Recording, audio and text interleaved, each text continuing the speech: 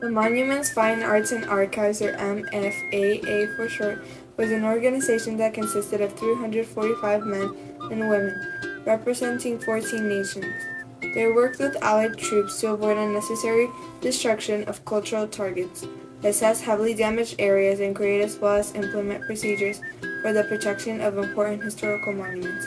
12 individuals were selected to restore items of cultural importance in the regions of Europe under active combat. These people were later known as the Monuments Men.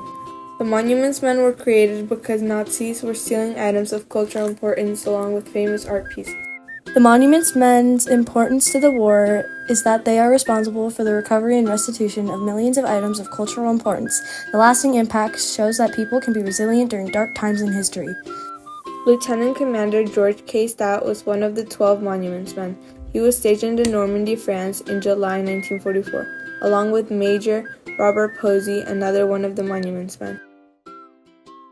A quote from Lieutenant Commander Stout in 1943 was, "To safeguard these things will show respect of the beliefs and customs of all men, and will bear witness to these things belong not only to a particular people, but also to the heritage of mankind." A unique event that occurred was that Major Robert Posey had inadvertently gathered information because of a toothache. His dentist son-in-law was an art scholar who worked with the Nazis to steal a bunch of important cultural items and hid them in a mine.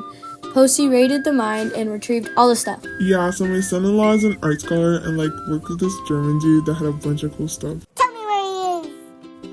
Oh, okay. Haha, you'll never get me to tell. Where's the art, you Nazi? Fine, it was in his mind in Austria. Yay! I got the art! The most surprising thing that popped up while researching this topic is that over 5 million culturally significant items had been retrieved and given back to their country, including Torah scrolls, church bells, library books, and famous artworks. This topic is interesting because people actually cared that the Nazis were stealing art during World War II. The end. Yay!